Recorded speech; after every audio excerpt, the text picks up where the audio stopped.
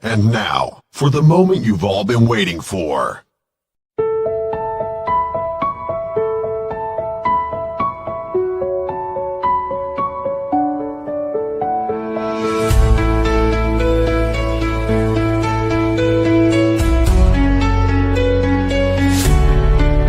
We take on the darkness, stare down deceit. Murder in the headlines, justice in the beat. From cold case whispers to killers in disguise, we rip off the mask, expose all the lies. Facts like bullets reload and deliver. Truth cuts deep like a blade in a river. Corruption shakes when the mic goes live. We dig where others won't survive. James rolling through the smoke. Truth hits hard, no time for a joke. Deceit, murder, we name every name. No restraint, no shame, just flame. Locked on the case, we investigate. Cold files heat up when we penetrate. The only source you'll ever need. 12 gauge investigate, we make them bleed. No games, no censors, just truth. Justice is loud, and we're the sound. This is 12 gauge gash to paper. Pull the trigger on the lies.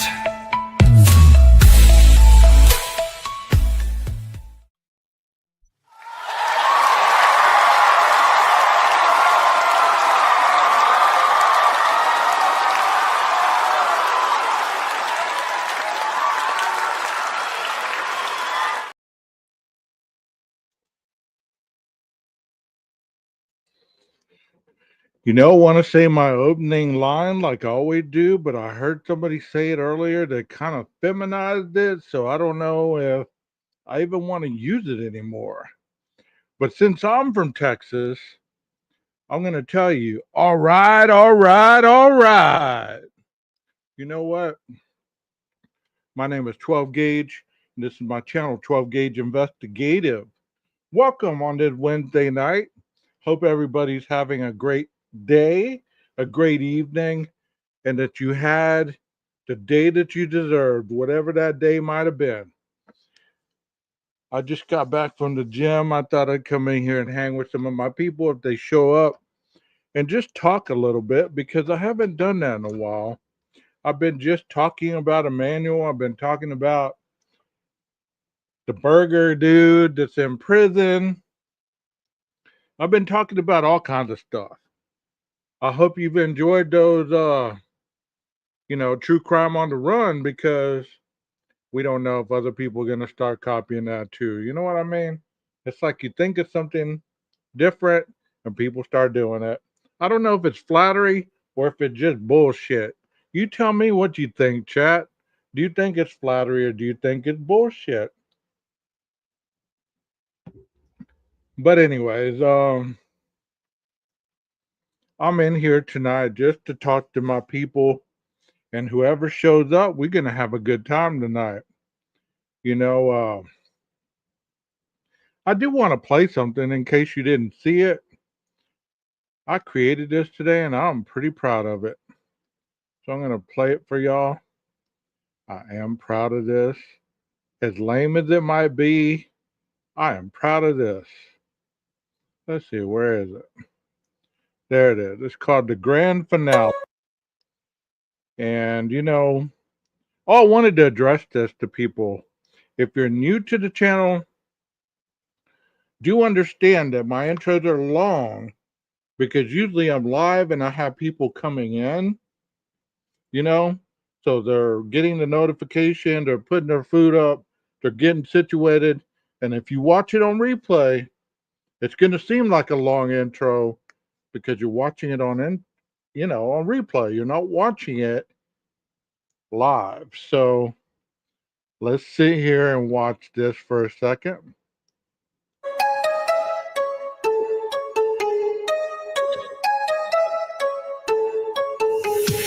Lies from day one, sewn tight in the seams, spun like silk in a courtroom dream.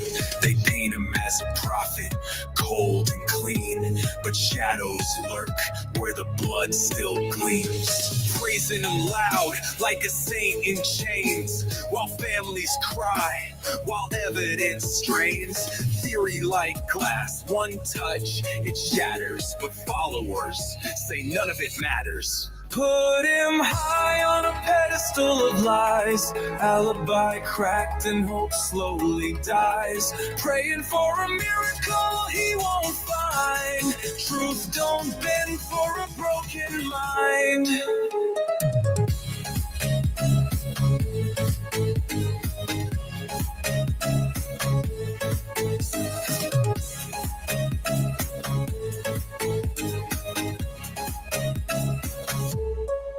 He claims the timeline, it don't align. Towers ping and the knives still shine.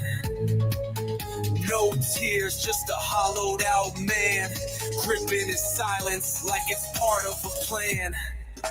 Desperate moves in a losing game, fame fed by a poisonous name. He walks in circles, eyes to the ground, waiting for justice that won't come around.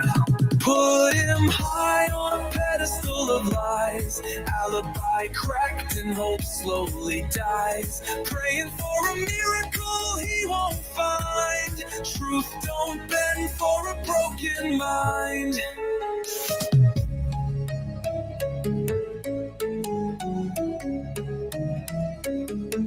They said he was framed, but the facts never changed.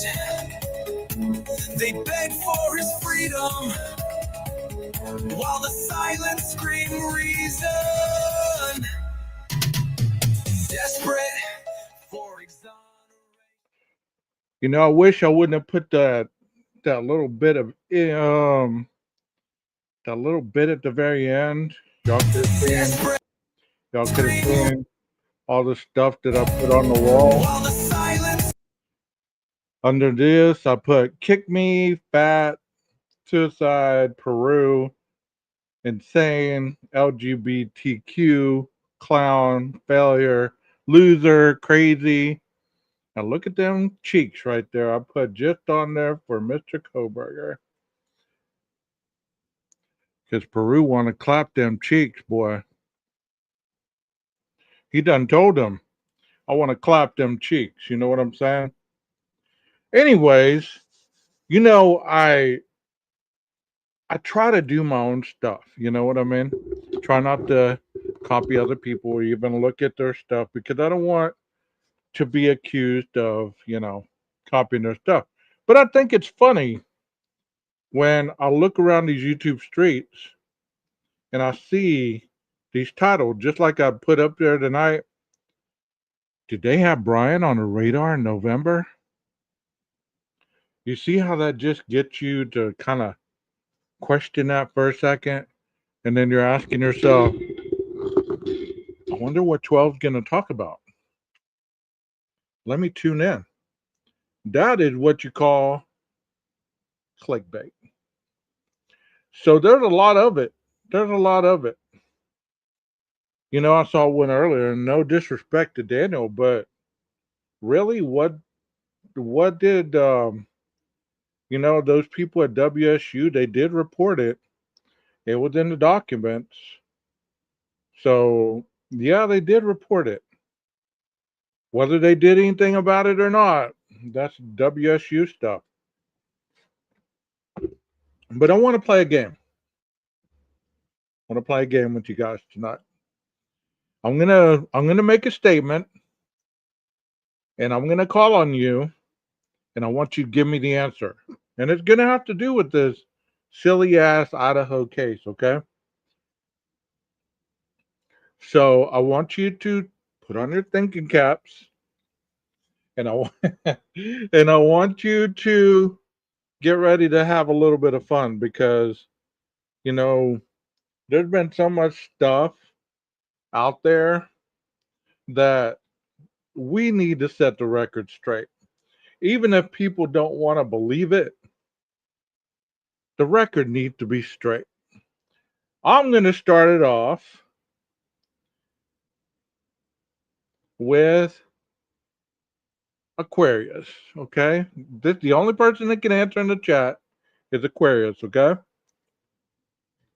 I'm not gonna go too hard on you, Aquarius, so don't bounce out of here. All right, here we go. It's a true or false question. Okay, is it true that Bryan Koberger is currently in the Idaho State Correctional Unit? We're having like thunderstorms and stuff, so I don't know if I'm going to get booted, but hopefully not. So, true or false, Aquarius? True. Okay. Firefly, this one's for you.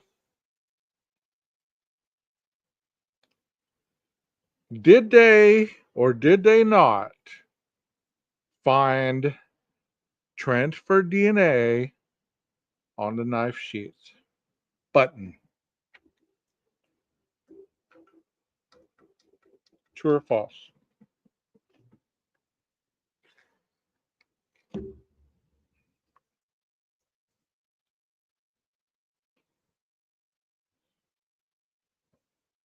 Okay. Kels, this is for you.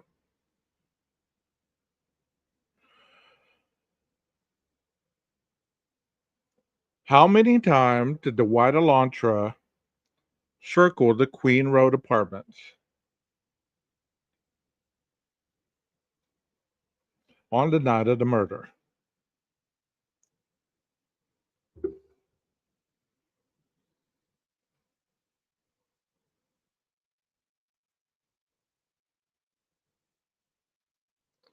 There's a bit of delay, but we'll get it eventually.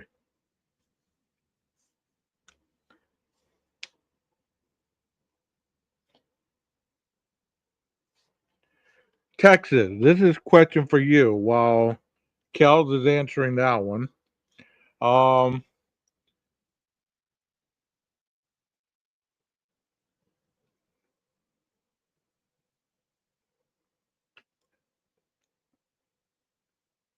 was Bethany Funk seen in the police cam video on the morning of after the murders? Was she seen on the body cam footage? Kel says 4. Okay. What do y'all think? Hold on, I got to see if the rest of the crew agrees with that. Do y'all agree with her answer, or is she mistaken on that? Come on. Is she correct? Was it 4 or was it 5? Agree with 4? 3 times and stopped on the 4th time. Okay. All right. Agree. Is Texas still in here? If he's not in here, this question's open for anybody who wants to answer it first. Was Bethany Funk seen on the body cam when the first officer arrived at the 1122 King Road residence? I know there's a lag. So this question's for anybody. Was she seen in the body cam at 1122 King Road when the first officer arrived?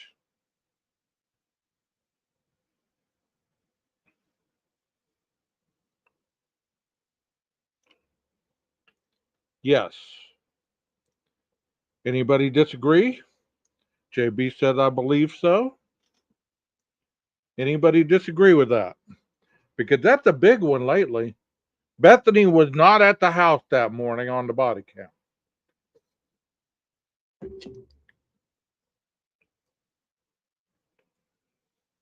I don't know who's all here. JB, I guess this one's for you.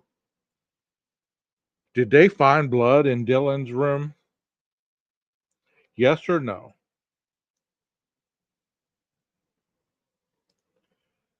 Kel says agree. They showed her by the pole.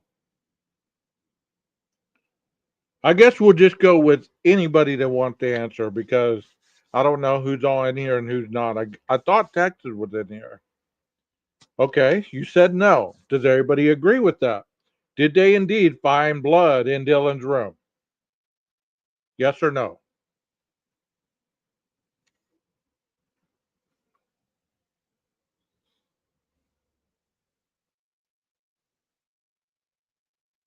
This is for everybody.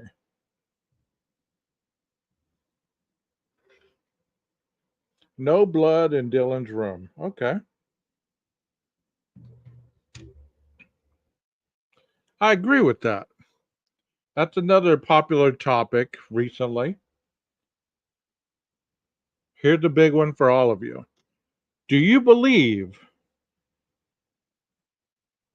with evidence that the police could have obtained, that Dylan or Bethany had anything to do with this and we just haven't been shown the evidence?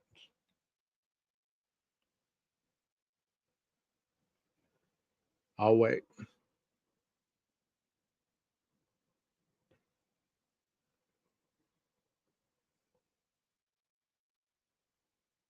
Do you believe that Dylan or Bethany had anything to do with the crime?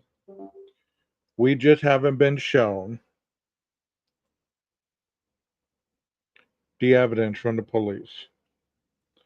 Do you believe that Dylan or Bethany had anything to do with commission of the crime? We just haven't seen the evidence at this point. Okay.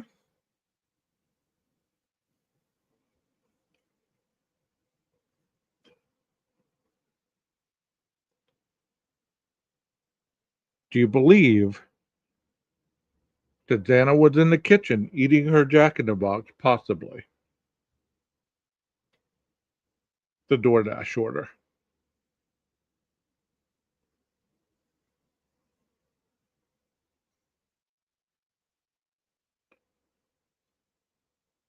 Okay, maybe. Okay. Do you believe that you saw paw prints in the snow alongside what looked like a male or female boot print in the snow by the stump in the pictures in the ISF photos?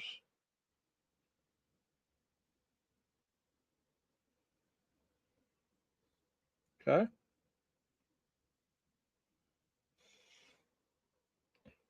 Do you believe that it was indeed a white Elantra that was involved in the transportation of the killer?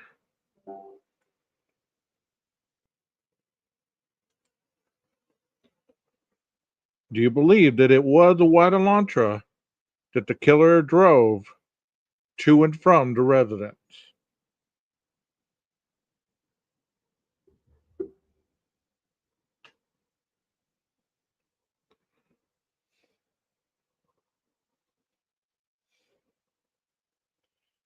Do y'all believe that this was a drug house?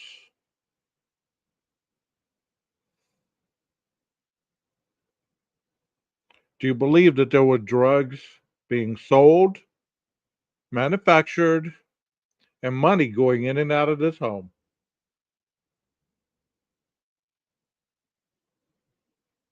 Based on what you've read, what you've seen in the photos,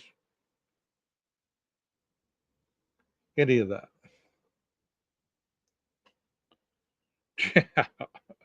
A white Elantra with a greenish glow. All right. Do you believe, as we've seen the body cam, the 1122 or the 1112 cam, do you believe without a doubt that that possibly, more likely than not, could have been Bryan's car that was caught on the 1112 camera, the light bulb camera?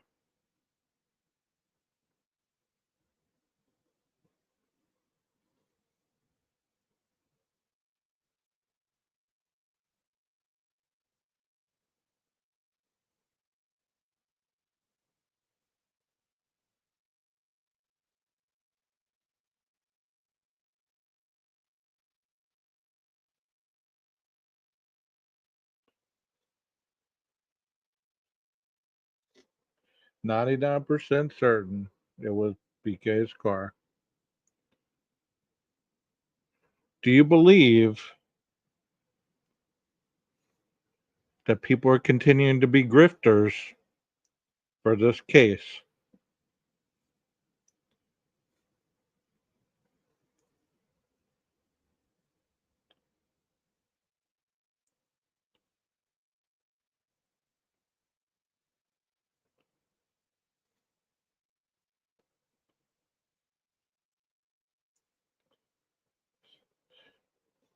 Okay.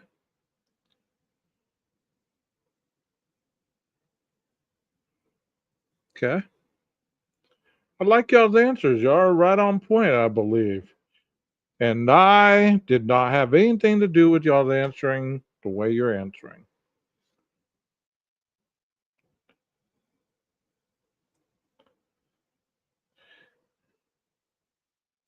I can't tell if they're all grifting or just delusional. How would you explain that delusion?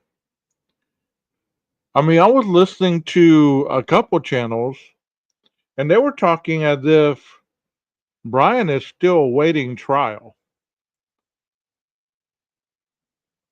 You know?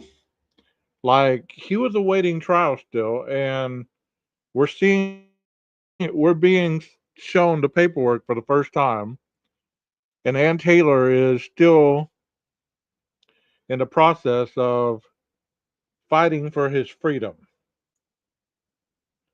And all the experts that are being called to testify, blah blah blah, all this stuff.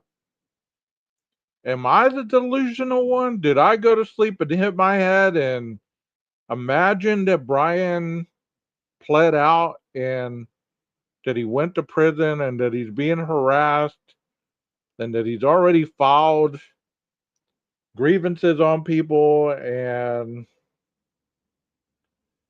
snitching on people? Am I the delusional one? Or am I just hearing wrong? Am I just old now and not hearing it correctly? Or are y'all hearing the same thing?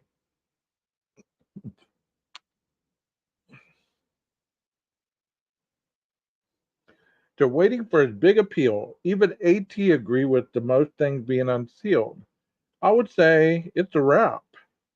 I can't explain it, but I was sitting on the fence for a long time and definitely considered that MPD had tunnel vision.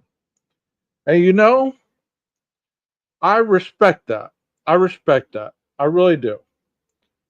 I mean, I respect anybody's opinions other than my own. I have just stood by this side for a long time, and y'all know that. I've lost a lot of followers. I've lost a lot of people that used to come in here because I was unwavering with my decision on where I stood with it. And I still haven't changed. You know what I mean? And the more that I've heard and the more that I've seen, none of I mean, all the stuff is interesting. I don't want to say it's not interesting, it's boring, all this. It's interesting. It's interesting to know finally exactly what the interviews were, what people said, what they didn't understand, who they put out there, who they thought, all this other stuff. But but that's like your team winning the Super Bowl, right? Let's say that you're a Cowboys fan or something. I'm not a Cowboys fan, but let's say the Cowboys win the Super Bowl this year. And all the way to week 18 plus the playoffs, we're arguing about the best team in the league, right? We don't know. Just week by week, we're getting the games. And then all of a sudden, before the big game, we're still arguing. They play the Super Bowl. The Cowboys win it all.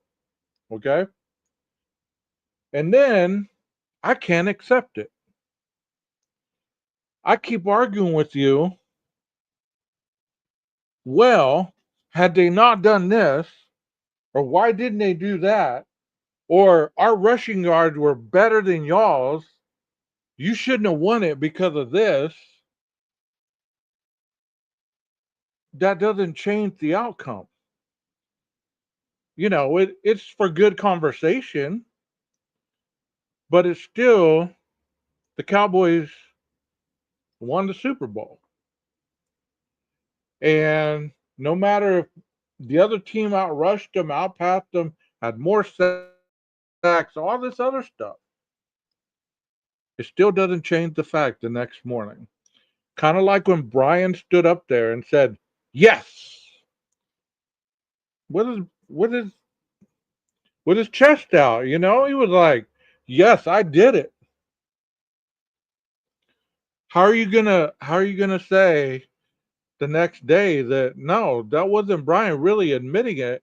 Had he not done this or had he not had that happen, then he wouldn't have stood up there and used his big boy voice and admitted it. You know what I'm saying? So it's interesting. It's interesting to me. I don't hate on anybody that gets their grift on, get their grind on, whatever they want to call it. I don't hate on them.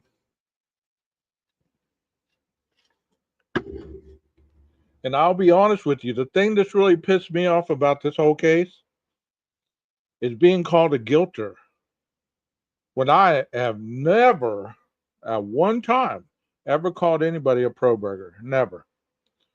I've had people in my chat use that lingo, but I think it's ridiculous to put a label on a person such as that. I mean, I've called them worse, you know, but I've never used that lingo. But the division in this whole case just just kind of it cracks me up a little bit. It's so sad that the indiscrepancies, even the interviews that are going on now, if I was one of those people that look for every little clue, every little nook and cranny, I don't have the time to do that for one. You know what I mean? I don't have the time. You know, I do so much throughout the day. I don't have the time to sit there and think about all the ways that Bryan has been done wrong, all the things that people got wrong. You know, I just have to trust that somewhere, somehow, if they got it wrong, it works itself out. But when the guy stands up there and says, yes, that eagerly, like, yes. I mean, he jumped up out of that chair and used his big boy voice and said, yes. So I was like, oh, down, down, boy, down. Okay, we get it. You're admitting. Are you under any duress? No. Did anybody coerce you? No. Anybody promise you anything? No. Okay. So you are pleading to these four charges against you, these felony, premeditated murder, and one charge of burglary. Yes. All right. All right. This camera's crazy. You get what I'm saying? And that's a good question too. Are you pleading guilty because you are guilty? Yes. Okay, Bryan. I'm not going to take that away from you, bro. You're doing it because you understand the question, right? You're pleading guilty because you are guilty. You know? Hell, even didn't even lie to the cop about the seatbelt. That's a good point right there. But then he figured out what he said, and then he's like, well, I could have lied to you about it. I could have lied to you about not wearing my seatbelt. That's true. That's true. But that should tell you a lot regarding Bryan. It says, I saw a great art quote the other day that aligned with this case and people talking about it. Don't limit your mind to others' limited thinking. I think we know all the limited thinkers. Yes, sir. Yes, sir.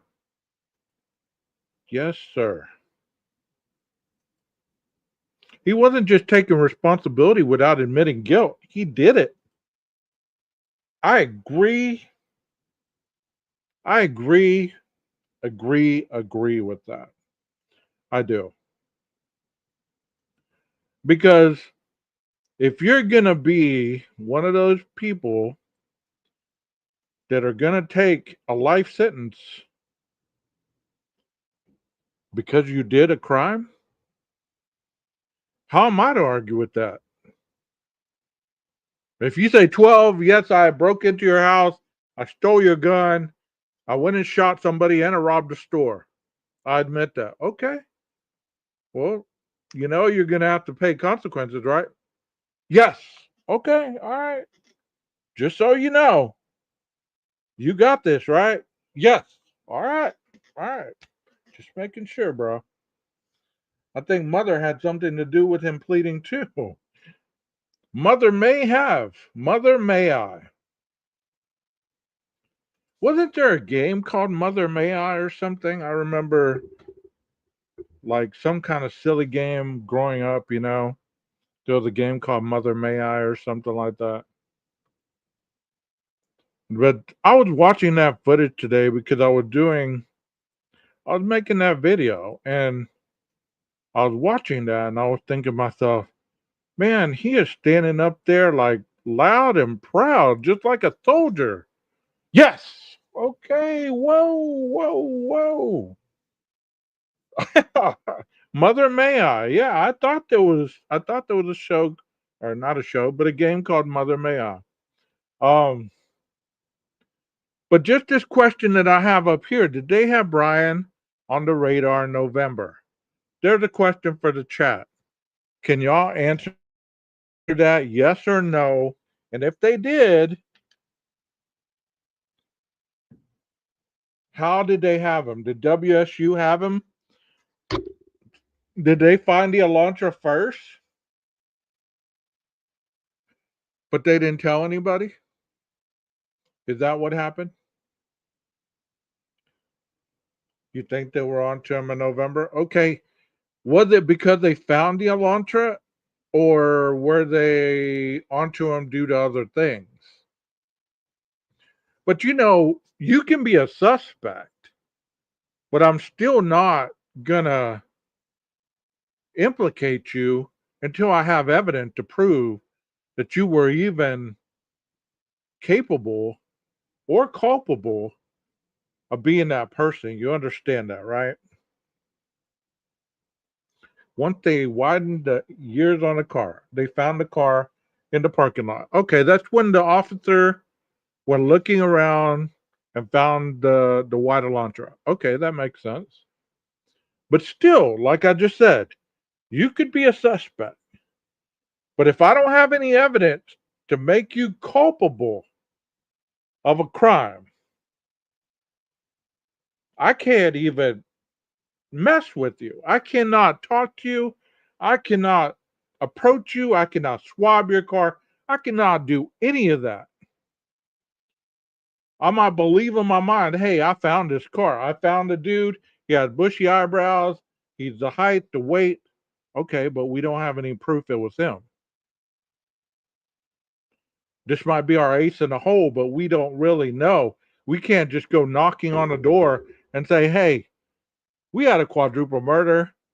The lady said that she saw somebody walk by with bushy eyebrows, 6 foot, 185 pounds. Can I take a look in your apartment? Do you have any cuts on your hands? Any kind of abrasions anywhere? You know what I'm saying? You can't do that. You can't do that. So to misguide your audiences and say, why didn't they arrest him then? Why didn't they take him in for questioning? You know what I'm saying? You cannot do that without what that word? Probable cause. We've heard that word over and over and over. Without probable cause, you cannot even approach anybody because we have rights. You can't just accuse me of something without evidence or proof. So all these people to say, why didn't they just approach him? Why didn't they swab his car? You can't do any of that stuff. You know what I mean? Bolo went out on 11/25. Car was detected in parking lot on 11/29. Okay, so 4 days. That's pretty quick. Yeah, he is, but I'm glad he's here. I'm glad he's chatting. I need to look too. Okay.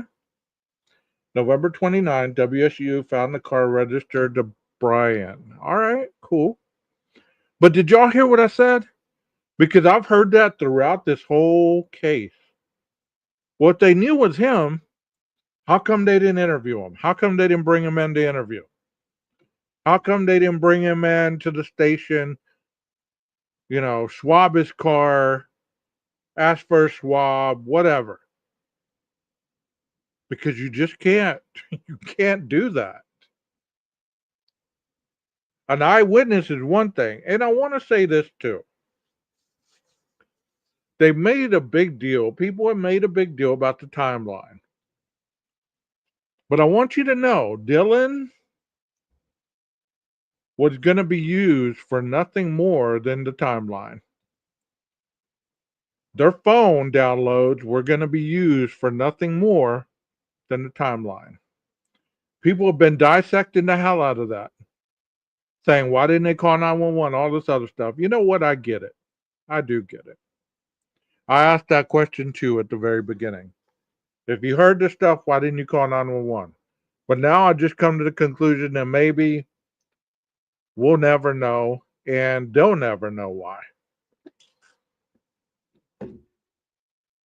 Because, like I've told you before, when you're asking that question, why, no one answer will ever be adequate enough for you. Because why is indefinite, meaning that it never has an ending. Because unless it matches up with whatever your thought process is, you're never going to be happy about the answer. It's always going to be, well, okay, but why didn't you do it? WSU police found a water launcher because the year did not match the description. It was not reported. Okay. Great answer right there. So the fact that it was a 2000, what was this car? Was his a, see, that's how I've already kicked all that stuff out. His car was a what, 2015? So it was only 11 to 13, and his car was a 15. So that's why they didn't report the car. And that's why they didn't knock on his door. Hey, by the way, over there in Moscow, we had this girl say that she saw somebody with a bushy eyebrow meet your stature.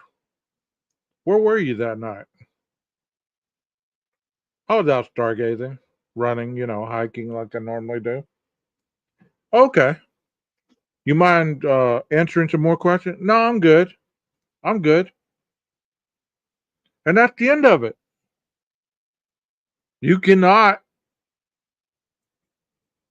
interrogate somebody who doesn't have the supportive probable cause or the evidence to keep them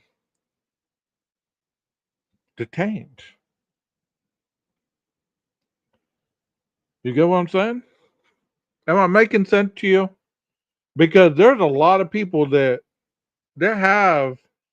discuss our civil liberties and our rights, but they're the first person that says we should have just drug him down there and interrogated him, got it out of him. They should have taken those two girls down to the station and just interrogated the hell out of them until they confessed. I don't believe anything they're saying. Okay, well, you don't. But they weren't suspects either.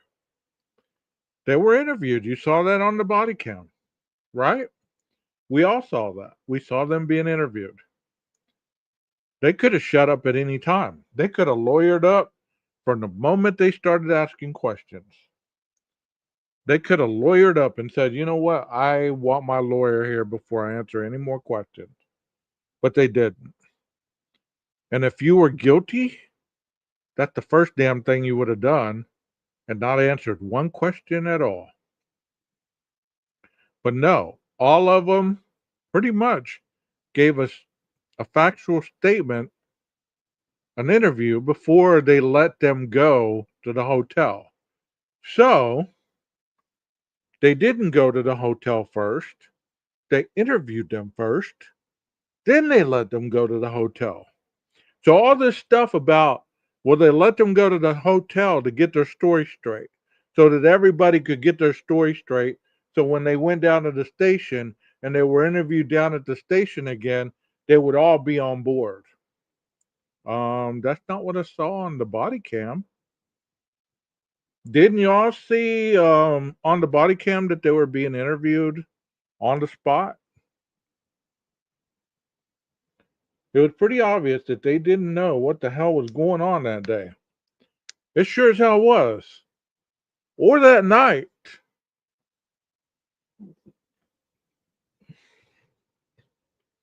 I guess many people have never lived in an off campus party home. Most of the people that are discussing this case as if it's some anomaly that in college you live on an off campus party home or you have a home where there's multitudes of people in and out at all hours, you're going to hear a lot of weird shit. Excuse my language, but you really are. I lived in one. There was three guys that lived in that house. Each of us had a girlfriend. They had friends. They had friends, and they had friends, and we'd have parties all the damn time. One of us would be at work, the others would be at the house partying. You just never knew what you were going to encounter or if there was going to be somebody in your damn bedroom. Was there drug going on? I'm pretty sure there was. There was a lot of smoking weed at that point. There's probably other things going on. I didn't see a lot. Were there drug deals going on? I doubt it. But the fact of the matter is there was loud music, there was laughing, giggling, screaming, squealing, all kinds of stuff. And you never thought, even if you heard banging in the other room, or, I mean, because my room was right here, my friend's room was like this, and then we had the kitchen and the bathroom in between, and then there was the big living room. One of the roommates slept in the living room. So, he was the odd man out. So his room was always taken up by people. He didn't pay any rent either. So, that's why he had that luxury to live in the living room. You know what I mean? But regardless, you never thought, oh, somebody's getting stabbed in the other room. Somebody is getting killed in the other room. Even if you hear all kinds of stuff going on, you're just thinking, oh, that's just so and so. Or if you hear the door open and then shut, oh, that's just so and so coming in. You get what I'm saying? So to live in a house where there's all kinds of strangers that you've never met. I mean, I woke up one day, there was all these people. We had a garage and that was our party spot. We hardly let anybody in the house, but they still managed to get in there. We'd party in the garage, and I woke up one day about 3 in the morning to some loud music and some giggling and screaming and all this other stuff. I thought, damn, there's a fight going on outside. You know? I walked out. There's all these people I don't even know partying in the garage. They're all friendly. They're, hey, what's up, bro? Blah, blah, blah, blah, blah. You want a beer? Da, da, da. I was like, who the hell are y'all? And where are my roommates? Oh, they went to go get some stuff or whatever. They went to the bootleggers. So I woke up to all these people who I didn't even know, squealing, partying, you know, doing young people shit. If you're used to the cops coming over because of the loud music and they threaten you every time, I can relate to that. I've had cops called to my house for loud music multitudes of times. And especially in college, they were always coming up. You need to turn it down. Everybody of age, we need your driver's license. Shine that light right in your eyes. No, I didn't smell like tuna fish. So, if anybody's ever lived that life, you can relate to that. You know exactly what was going on at that house. It doesn't take a rocket scientist. It's all these people that were probably locked up during that time and never had that experience or whatever, or maybe married by that time and had kids or whatever, that never really experienced that, don't truly understand that what happened at that King Roadhouse was absolutely normal. What made it abnormal was those things that people were saying about what was going on in the weeks leading up to the murders.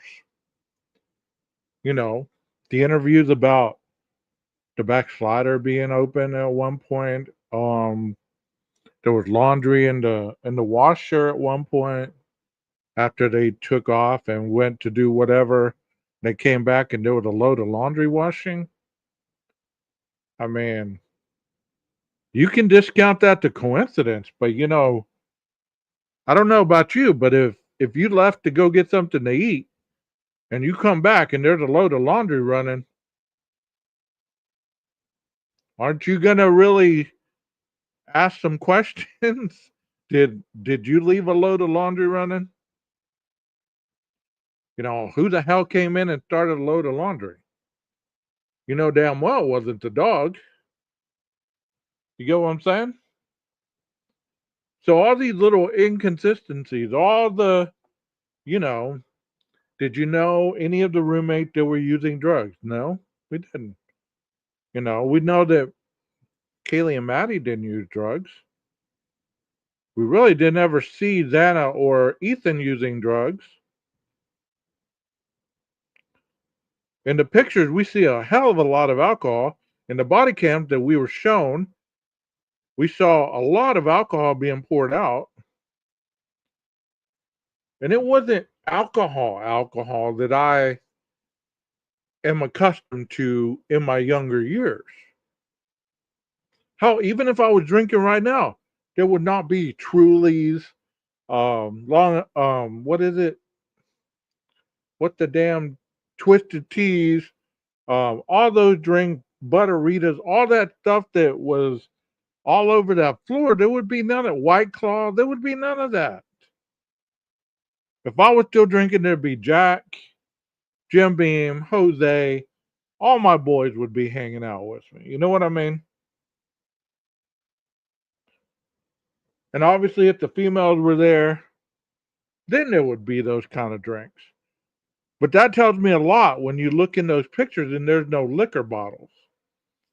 There's wine bottles or champagne bottles in one of the pictures, but still no alcohol, still no bourbon bottles, still no tequila bottles. There's none of that.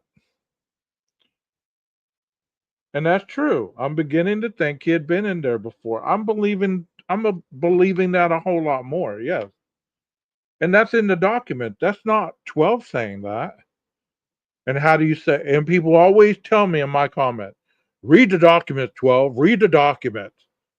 Well, hell, look at some of my videos. You can tell that I read the documents.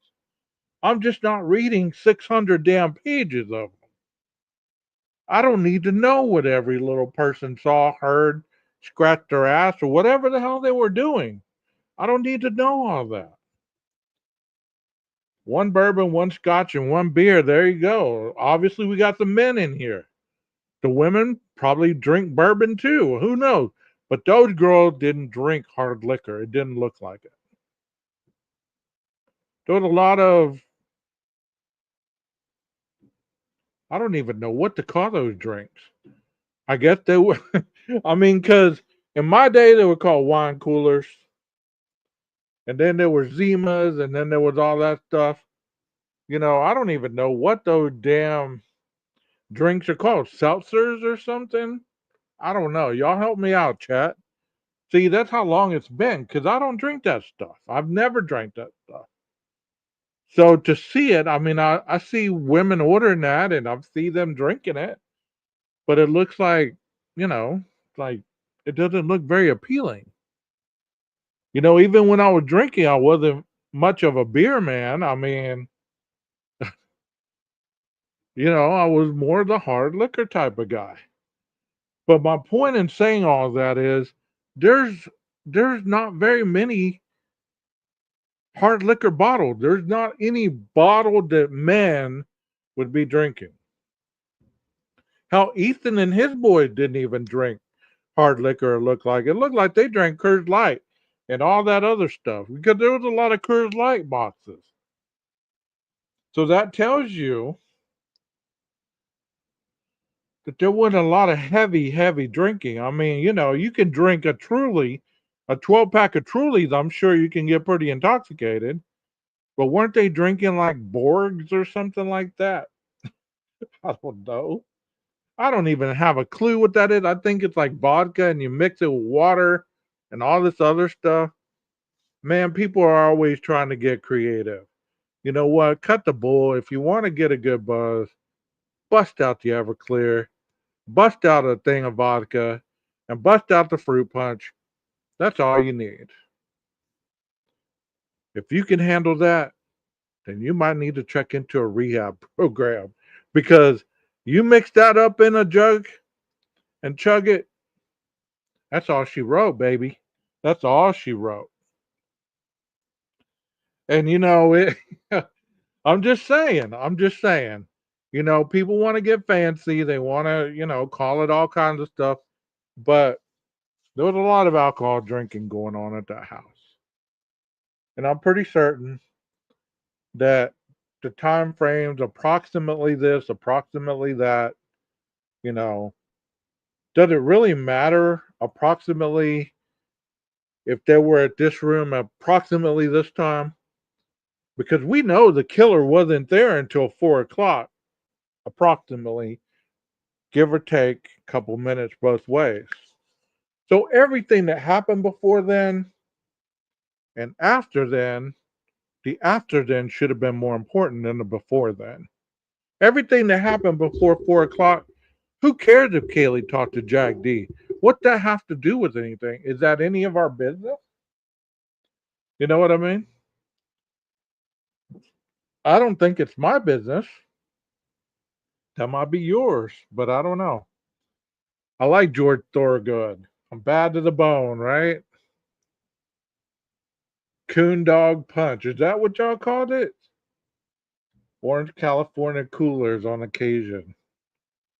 Toilet wine. Bryan will be offered now. You're right about that, Kel. Hey, Lucy, how you doing? Grape Everclear. I will never forget that night. Wish I could.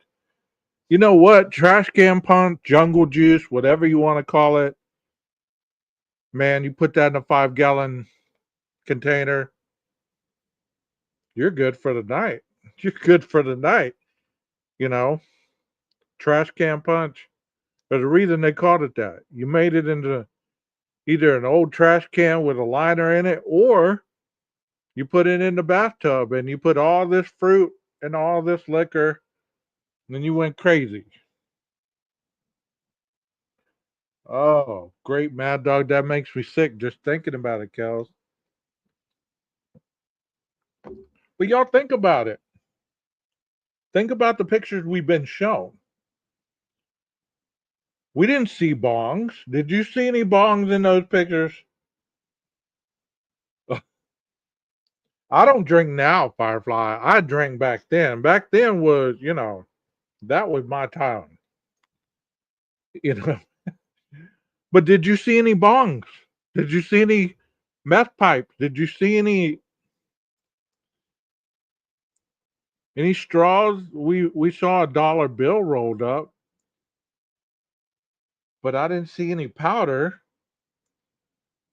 Coon dog. Vapes. You did see vapes? Okay. I don't doubt that they weren't vaping THC. I mean, most kids do these days. And they're all kids to me because they're younger than me. You know, they're two generations removed. So they're kids to me. Even though they were technically rounding that adult age, they're still kids to me. There was green leafy substances at Koberger's residence.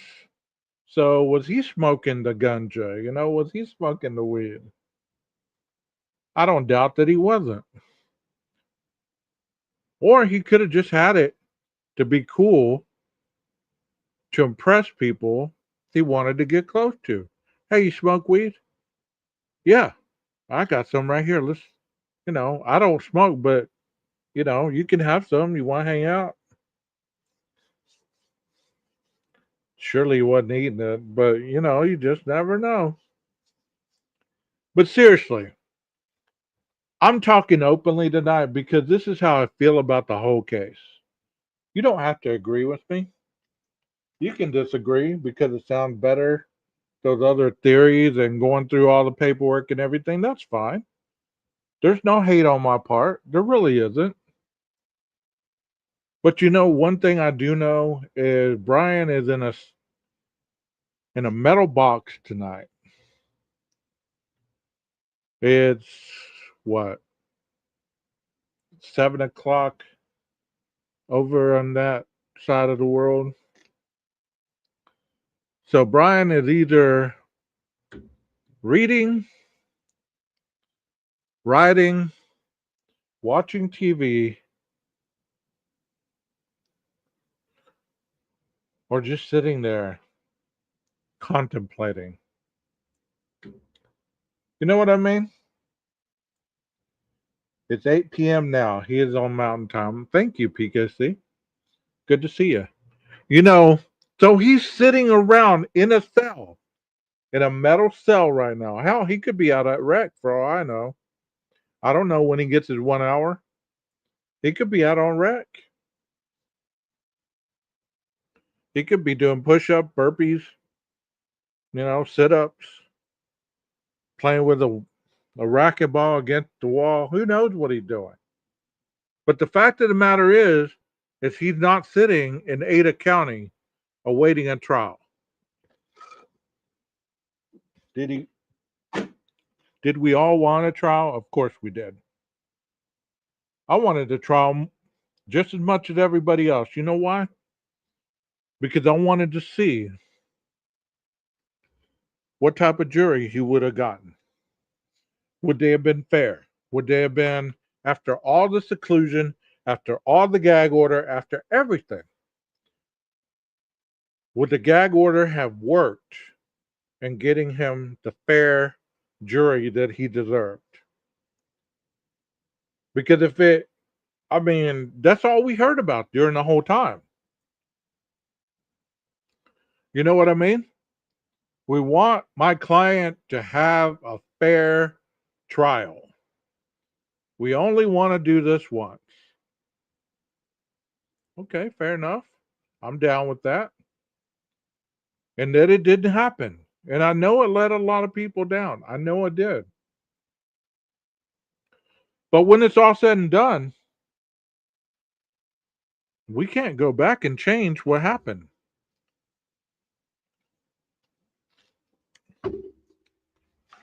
The more he gripes, the more he snitches.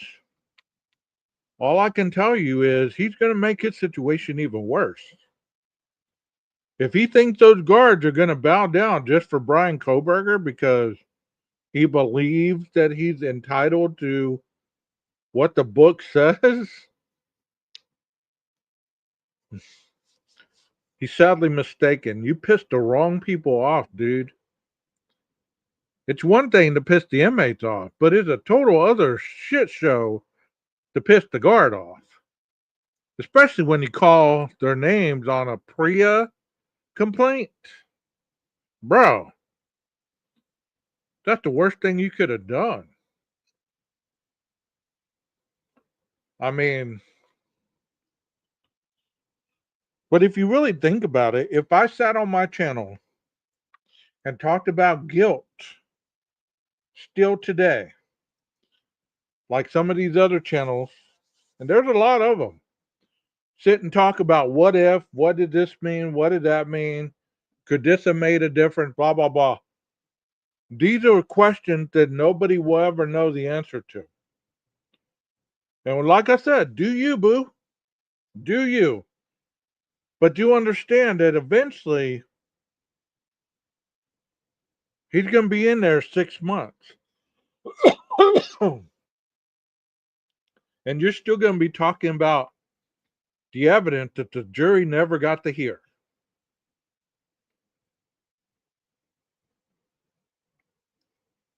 Think about what that's going to make your show look like. Once you get done with the 600-page documents and all the body cams and all this and that and the other,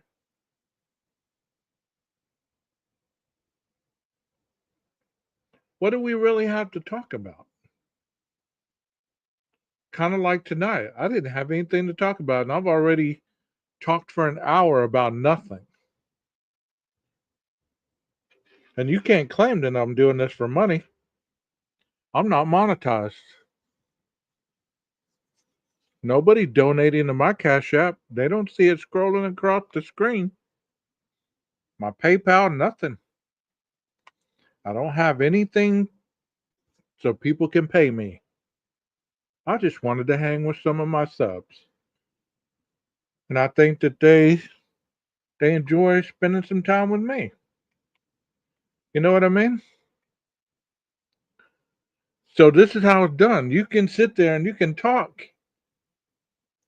You can talk for a long time about this or that and the other, but when it's all said and done, Bryan is not coming home. He's not going to get an appeal. You could write Ann Taylor till your fingers fell off. You could write the judge. Hell, you could write the governor at this point. The man admitted to guilt. His own words. He admitted to guilt. So how are you ever going to stand in place of what a man admits to and says, no, he was lying?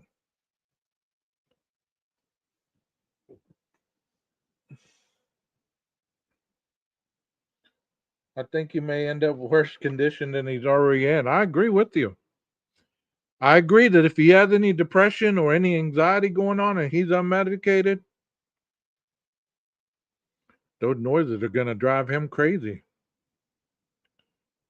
You know, the Lori Vallow interview that I did today, I did not have a clue. See, I should have been covering that case all along. I had no clue that Lori Vallow is, and if this offends any of y'all, if you are Lori Vallow fans, I'm not trying to offend nobody, but bro, she is out there. I think she needs to be pen pals with Koberger. They need to write back and forth. They're on the same wavelength. I mean, Koberger is not as vocal as she is, but I think they would make a good couple because Koberger's quiet, she's loud. I don't know. Yeah, she's a wild one based on that interview, bro. I was just like, whoa, I didn't know any of that case, none of it.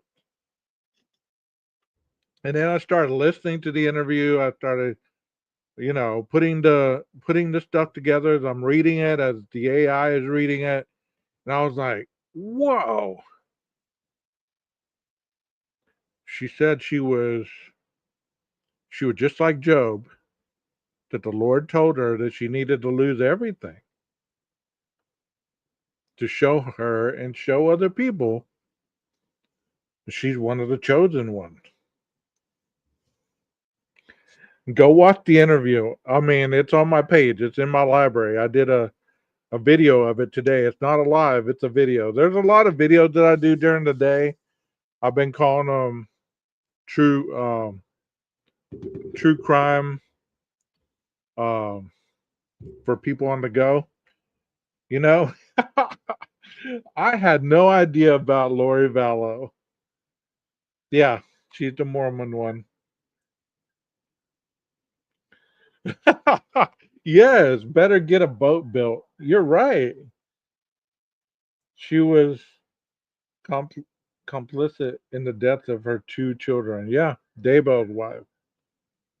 Man, I had no idea about her. And she's just sitting up there, just all happy and, putting blame on everybody but her. She said, I tried to call the police. And you know what they did?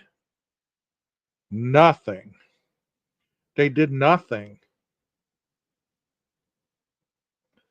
I'm like, whoa. I need to, just for my own, I need to go back and, and research some of this case. I know people have done it to death. That's why I'm not going to rehash it. But I did a little bit today because I thought that interview was on point. I really did. But I believe her and Bryan would make a good couple. Fire and water, you know what I mean?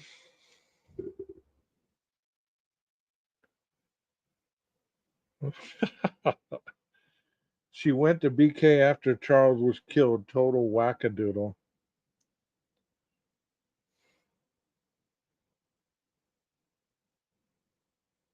12. Watch Laura's latest trial where she represented herself. It's gold.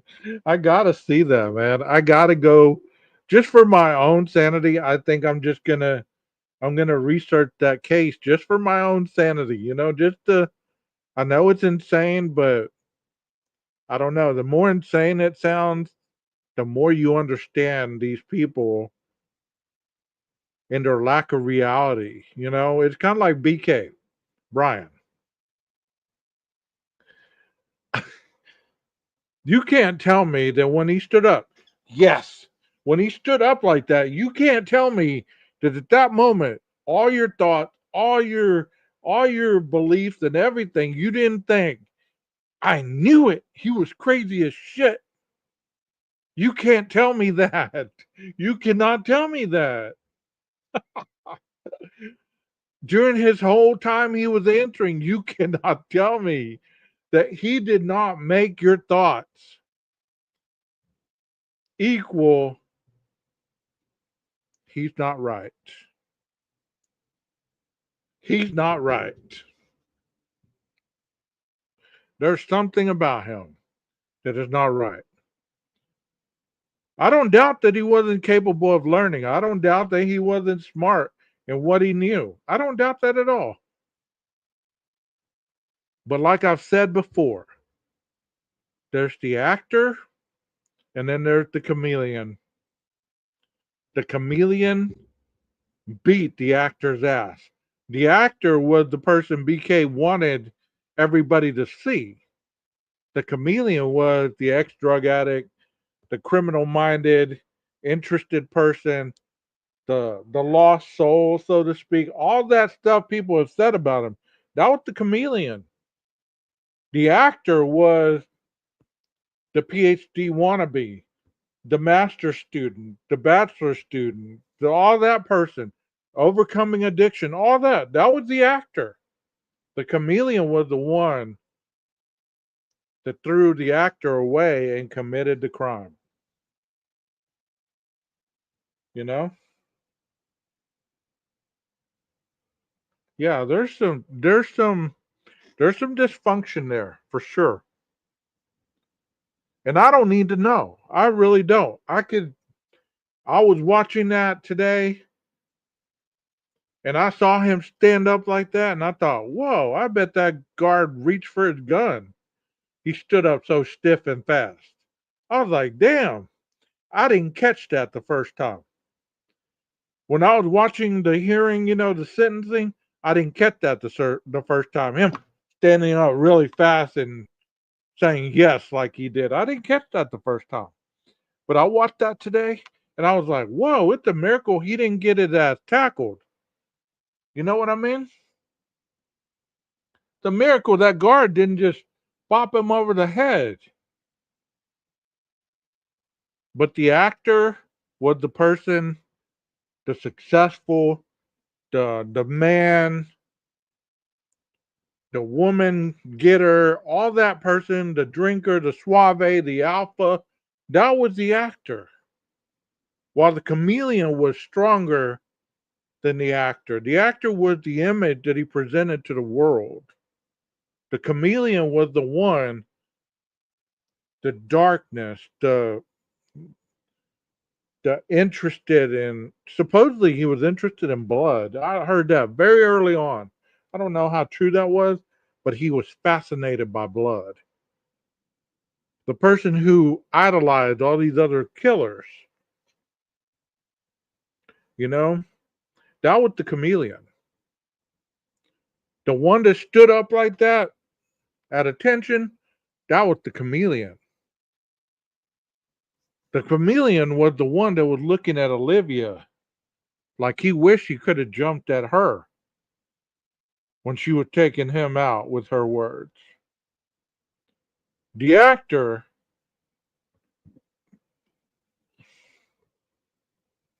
was the one that would walk into the courtroom, sit himself down as if he was a lawyer also. That was the actor. But we've seen both sides of BK. That's a good thought, Firefly. That could be a big part of it. Hey, Walot, how you doing? Yeah, that's what I heard, Firefly. And I'm not making fun of him at all. I don't want y'all to think I'm making fun of him because I'm not. I'm just putting into emphasis the part that I saw that was very strong in my perception of watching him. I'm not diagnosing him. I'm not reading his behaviors. I'm not that kind of person. I'm just saying for my own understanding, this is what jumped out at me when I watched them, you know, because I didn't really watch the hearing. I was busy that day. I didn't watch the sentencing hearing, and I didn't go over it that night for a long period of time either. I did a little bit, and then I was done. See, I don't have a daytime schedule where I can get on live and present all the juiciest stuff. By the time I present it, it done been presented 20 times. So people are like, we don't want to hear this again. You know what I mean? I catch those late night people that are going to work that have slept all day and been like, okay, let's hear what 12 got to say. You know what I mean? Bryan is in for a long haul. Dahmer lasted 2 years. If Bryan lasts that long, then he's stronger minded and they're watching him a little better than they watched Dahmer. Because let's be realistic, nobody wants to be known at the prison that let somebody take out somebody, regardless of it's high profile or not. You don't want anybody to die on your watch. That's not how prison is ran. You know what I mean? But if it happens, it happens. And do I guarantee it's going to happen? I can't guarantee anything. And those people that say they can guarantee, I guess they got a crystal ball or they got some inside scoop. I can't guarantee any of it. But I can tell you that it's a dangerous game what he's played. And it's not a good outcome most of the time. It's really not. You know, if he does get put in Gen Pop, there's probably a possibility that he will get hurt. Whether they kill him or not, that's another level. But, you know, I don't care how badass you are, you can't fight off 3 or 4 people at once. You can't. Do you think he will file a last minute appeal? His time to do so is almost up. I would believe, and this is just me thinking. Good to see you, Mount Mama. I hope you're feeling good. Um, I would believe that they'd want at least 30 days prior to appeal it. Like, if I don't think he can file it like on the last day at the last minute. You know what I mean? But I could be wrong. I could be wrong. But he doesn't have a lawyer at this point. Like, Ann Taylor is no longer representing him. So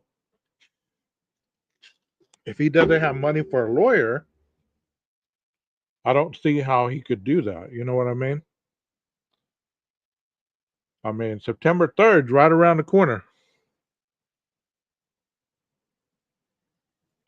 So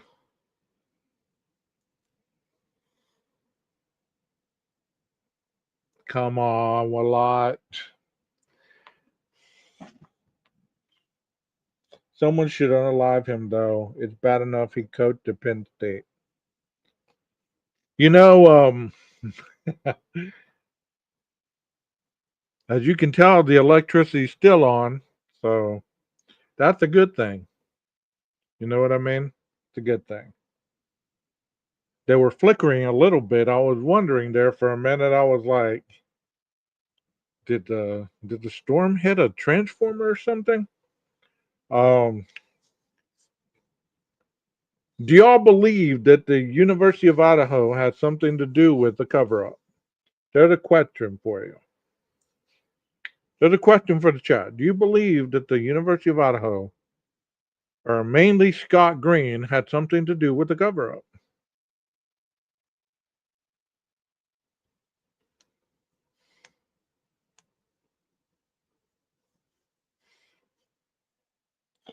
Thank you for being here, Lucy. Be sure to email me and we'll talk about that other case. Hopefully, you can give me some information on that case. And then you can help me present it if you'd like. I asked Nina to come up tonight, but I guess she's doing whatever she's doing. He's still indigent, so I would think the state would have to appoint him a lawyer. I think once it gets to the appellate portion of it, you are having to do your own thing, but I could be wrong. But if law enforcement didn't say it, I can't trust it. You know? I'm sure we will find out though. I don't believe he's going to appeal. He would have already done it. If he was smart, he would have appealed before he snitched. You know? But he'd still be in there. He'd still be in there regardless.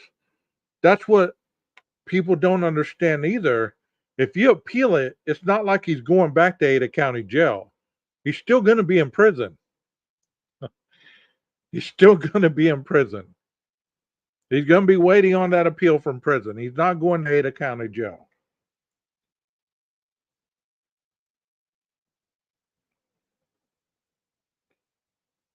Well, there's a creator that is a lawyer, supposedly. Why doesn't she take up his cause? You get what I'm saying? I didn't know that there was one trying to get him a lawyer. That's interesting. Wow. I haven't heard about that. I'm shocked that nobody's made a GoFundMe for his appellate lawyer.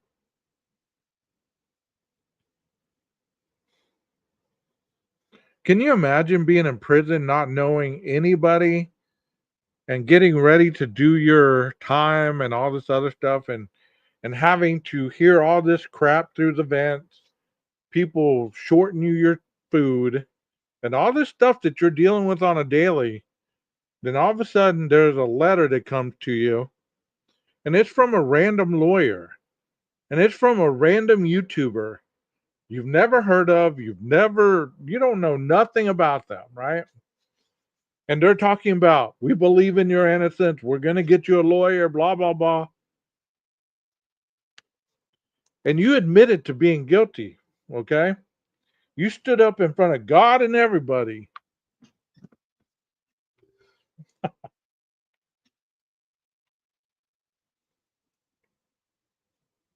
Do you really believe that he would be okay with that? I agree with that 100%. I'm going to put that comment up here. Any self respecting lawyer will stay away from someone who confessed to a quadruple homicide. You're so right. That's kind of funny. I was going to say that. Or just scam GoFundMe's. Yeah.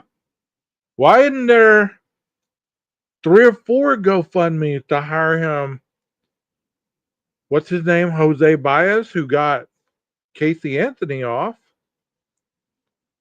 You know,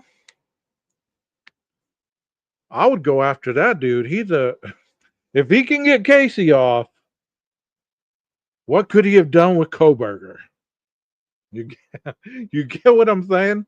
He got Casey off, and I was all in the bank with that one. That was like my first real case that I was like, oh hell no, she killed that baby.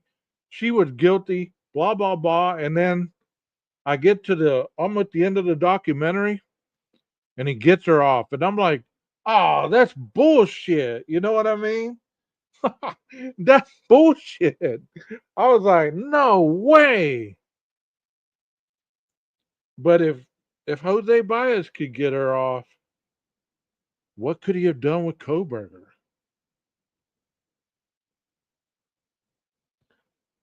You say the few criminal defense lawyers you've watched think he is guilty. The lawyers that think he isn't specialize in taxes, malpractice, etc. Okay, I hear you. Do you think Jose Baez could have got Koberger off? What do y'all think about that? Even she was shocked she got off. You're right. Can you imagine? You're like, ah, oh, damn, I'm going to prison. They're probably going to kill me. Then the damn jury comes out. And in the case of Casey Anthony and the charge of first degree murder, blah, blah, blah, the jury finds you not guilty. Oh, and she's like, what? What? Wow. You would play the $25,000 pyramid to hire Cyrene. And that's a miracle they don't think he's a lawyer. You know what I mean? I've heard that he's probably going to come and be an expert to show the world that he was right and everybody was wrong. Joan Baez. Jose Baez, I believe, could have got Koberger off. And that's just a hunch. I don't believe we'll hear from old Cy. I believe Cy got it handed to him and he's moved on to bigger, better things. Jose is probably too busy. He's working a different case where guilt is obvious. But man, he got Casey off.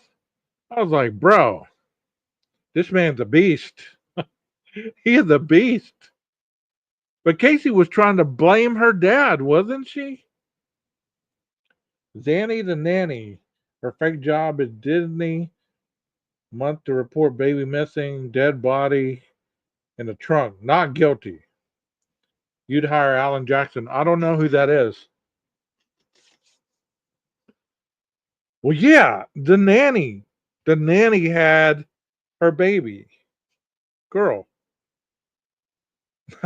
I work at Disney. She took him in there. She's walking him down his hallway. Where are you going, Casey? Oh, it's just right around the corner. You get to the end of the hall. I guess they're not here today. I can't talk to them today. Okay, Karen Reed. Fake job was universal, I believe, but that was incredible. Yeah. They're like, oh, okay, Casey. You want to talk to us now? No, no, no. No, no. Okay, my dad did it. She was out swimming in the pool. I took a nap on the couch.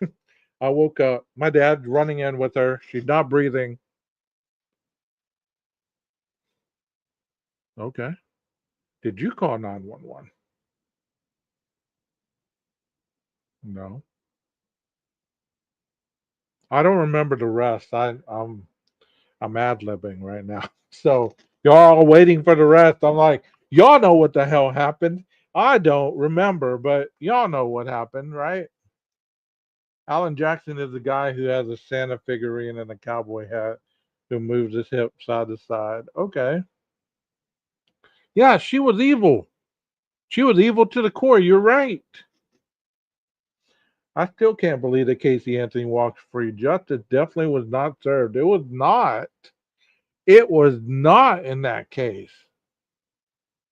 You just look at Casey and you know she's up to something. Especially when she's locked up and she's crying, she wants out, and she's like threatening her parents and shit. I'm like, I would have been like, Casey, here's the deuces. You're on your own. But I think that every time I hear his name, yeah, me too. Alan Jackson. I saw him in concert, by the way, long time ago.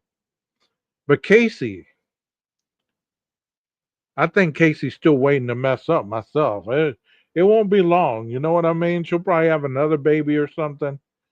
There's another person doesn't deserve to have a child in this world. Just like that guy, Jake and Rebecca, man. And I hate to say that because I really don't have any dog in the fight. But you know what? When it comes to innocent children being hurt or murdered, there's certain people that don't deserve them. She likes married men. Okay. You get what I'm saying? There's certain people that don't deserve children. They don't know how to be moms. They don't know how to be dads. They beat on them. Hell, how about this case? Listen to this. Are y'all sitting down? Listen to this shit. Crazy to think that little Kaylee would be in her 20s now. That is crazy. Listen to this. I don't know if you saw this today.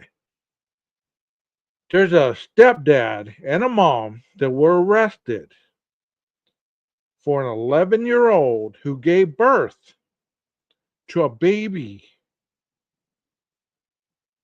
She gave birth at home.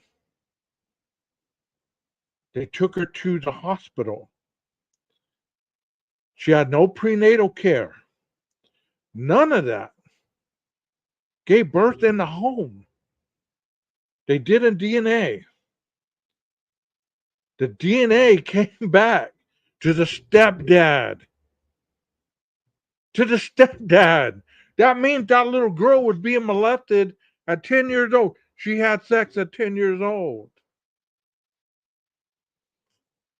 And the grandma was seen outside and she's defending her daughter's husband. No, there's no way he could have done it.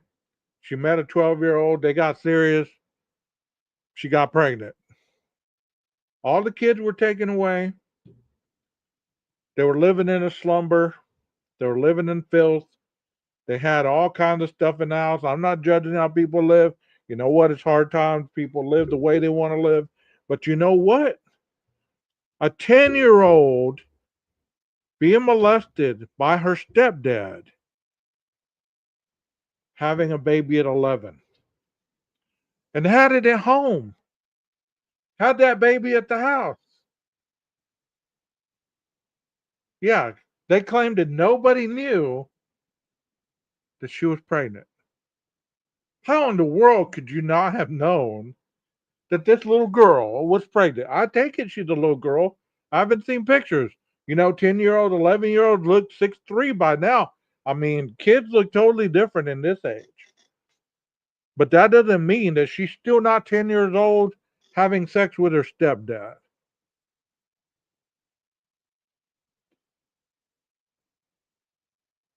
I didn't hear if the baby was full term or not. I just heard she delivered the baby at the house. took it to the hospital the next day because I guess she was having some kind of problems, and they reported it to the authorities. But still, and then they DNA'd the baby, and swabbed the stepdad, and 99.99, stepdad, you are the father.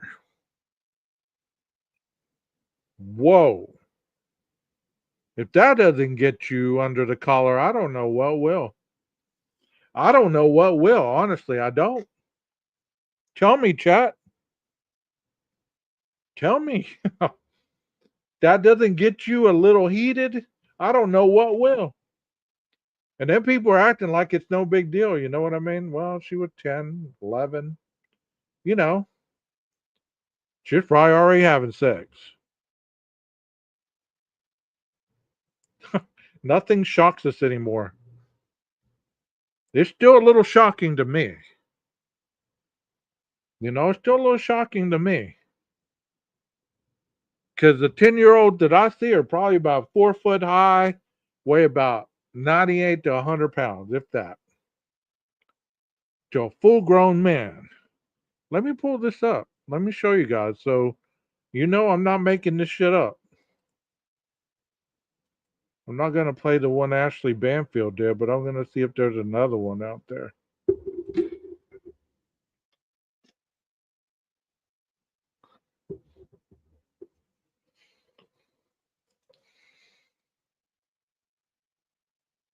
Let's see.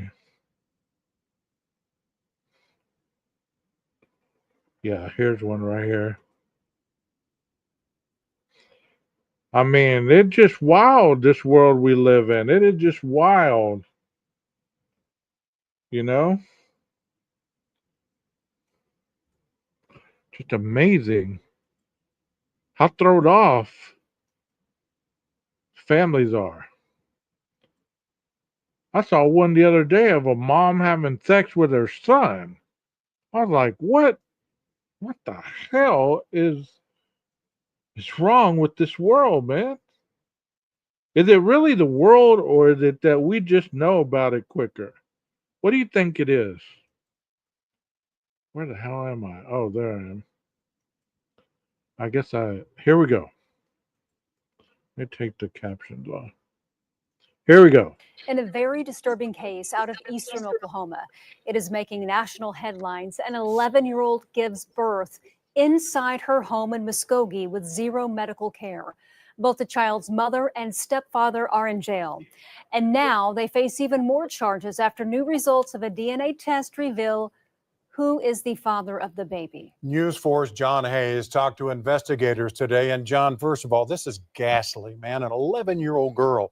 How sure are they of this latest development being correct in the case? Ghastly is the right word, Kevin. Very serious allegations here. The Muskogee County District Attorney's Office tells me a DNA test says there's only a 0.1% chance the child's stepdad isn't the father of her baby. But a 0.1%. Like I said, it doesn't get clearer than that. You can't tell me that, they made a mistake. It could have been a 12-year-old. No. 99.99. And PKC's right. They haven't had running water for like 3 years. So you're saying there's a chance, Walt. So you're saying there's a chance. You sure are right, buddy. Prosecutors are now dropping the hammer. It is horrific. Horrific allegations made against this Muskogee County couple, Dustin Walker and Cherie Walker. Both of them arrested earlier this month after their 11-year-old child gave birth in their house, and they claimed they didn't know she was pregnant. Muskogee County Assistant District Attorney Janet Hudson says, the 11-year-old child was obviously raped. She cannot give consent by whomever this person is. Our affiliate in Tulsa spoke with a woman who said she was the 11-year-old. Yeah, this is the grandmother. Listen, you can't really understand her, but listen to what she says about her daughter's husband. Bro. I think her name's Michelle, they said. Here we go. Year-old's grandmother. We didn't know. This was happening. who wanted to go by Michelle about who could be responsible. She keeps telling us that it was the little 12-year-old boy that I used to keep. I babysat. Regardless, Hudson says they tested the stepfather, Dustin Walker's DNA, and on Saturday, the results came in. Hudson says the test did more than keep him in the running. It found with 99.9% probability he is the father of the new baby. That is the allegation, and that is the report from OSBI on the DNA. Bro, 99.9. So you're saying there's a chance. Dustin Walker, you are the father. Bro. Oh, man. Oh, shit. Getting all excited. Messing this up. Here we go. From OSBI on the DNA. Both parents are facing dozens of charges tied to the new mother and their 5 other younger children. Dustin Walker is accused of child sex abuse and neglecting 6 kids. Cherie Walker is accused of enabling his abuse and neglecting the kids as well. Hudson says she just keeps going back to the little girl who shouldn't have to be a mom. She would have conceived when she was approximately 10. The trauma that she has endured, I cannot fathom. And the community as a whole is outraged with what has occurred. Tough. Hudson says her office is taking each of these allegations very seriously, but with caution, noting the couple's charges are potentially punishable by up to life in prison. Damn, up to life in prison. I think that's appropriate. I believe that's appropriate. They didn't know about her pregnancy.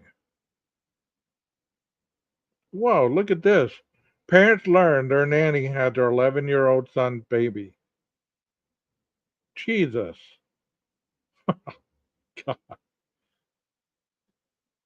This is some Jerry Springer stuff. Pregnant in the 6th grade. The Maury Show. I'm sure I would get a copyright really fast on that one. That's only like 13 minutes long. Let's see. There's another person in a turtle suit. Let's see what this one is. Accused of having sex with an 11-year-old boy and then having his baby is due in court this morning. News Channel 8's Jana Jones is live at the Hillsborough County Courthouse where a hearing will be held later today. Jana, what's happening today? Well, good morning to you, Melissa. Later today, we could learn when this case is going to go to trial, this 2 years after these allegations first surfaced. How could you pretty much have a kid with a kid and then raise kids? It's just a terrible situation. I just can't imagine an 11-year-old. I mean, that's 3 years away from how old my daughter is, and she's just as innocent as can be, so kind of scary. Marissa Mowry's neighbors were disgusted to learn that the woman living next door is accused of having sex with an 11-year-old boy, getting pregnant, and having his baby. Investigators say the sexual relations with the boy went on when he was 11 to 14, at least 14 times by the time he was 12, and again sometime between 2016 and 2017. She is charged with 15 sexual encounters. She was 22 years old when she had the baby. Now, according to the Hillsborough County Jail website, that mother is still in jail and has been in jail since June of 2017. She is being held on more than a $500,000 bond. That hearing is supposed to happen at 8:30 this morning. Of course, we'll let you know what happens. We're live this morning in downtown Tampa. Jana Jones. Wow, please do. You know what? That is wild. That is some wild stuff. Don't y'all agree? Tell me what you think about that. Tell me what you think about that. Do y'all believe that is wild or what? Tell me. I'm listening. I'm all ears. Do you believe that that is wild? 12 Gauge wants to know. What does the chat think about that?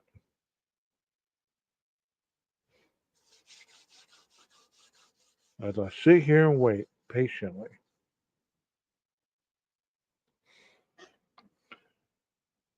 There's just too much in the world going on. You're right. I think it's always happened, but not as much as it does now. It seems that people don't have much morals anymore. It's disturbing to say the least. Pretty effed up. You're right. I mean, is it really like lack of morals, or do you believe that it's like people believe that they're living their life for the camera? Like the more extreme that they can get in front of the camera, the more fame they will get from it. It's almost like, have y'all ever seen that movie, The Truman Show? The Wild Kingdom. You're right. Have you ever seen The Truman Show? I think that's what it was called, where Jim Carrey was like living his life behind the camera or something. They were following him everywhere, and kind of living his life before reality TV became a thing. I think that movie was pretty popular. Well, I believe that that's what's happened is reality TV took over our lives. Like everybody wants to live their life out in front of the camera for everybody to see.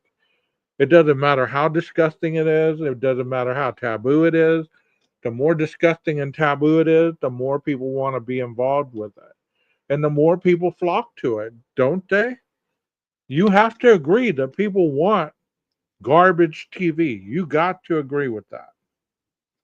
The more disturbing it is, the more garbage filled it is, the more people want to be a part of it.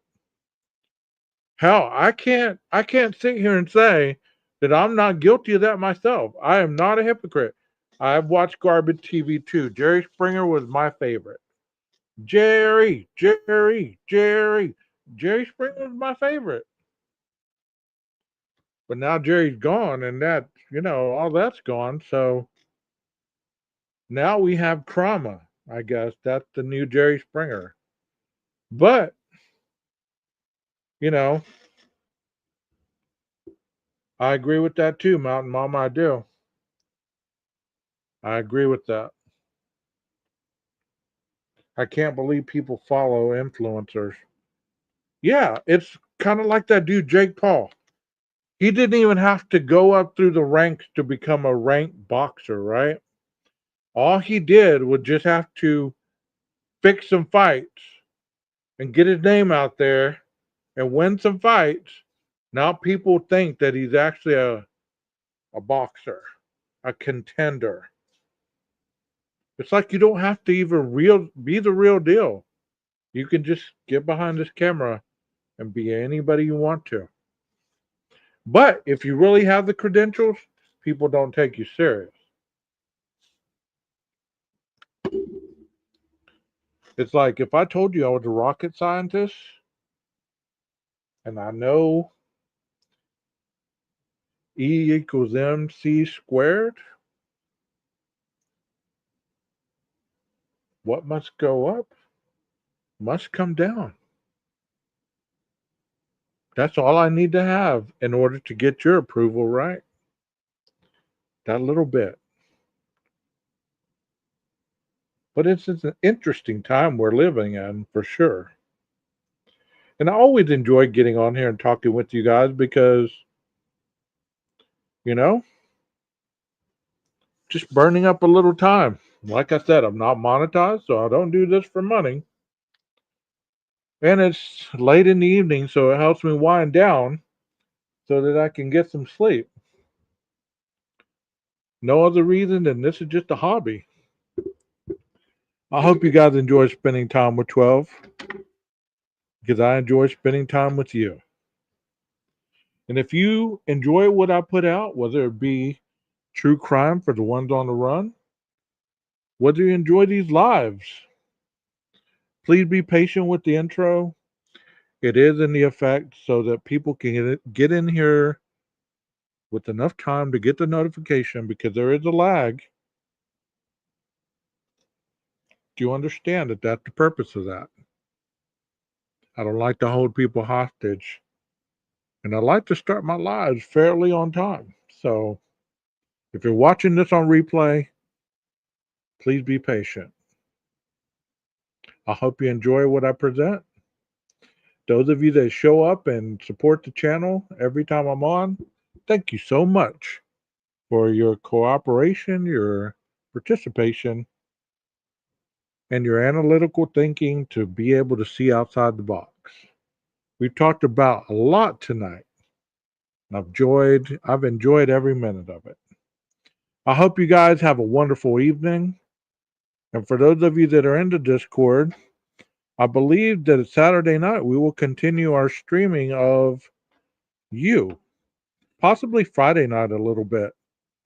Depends on how the week goes, okay? But look for it on Friday night, definitely on Saturday night. Sunday I can't do anything. My mom's birthday, so I got a big day, okay? Y'all have a wonderful rest of your evening.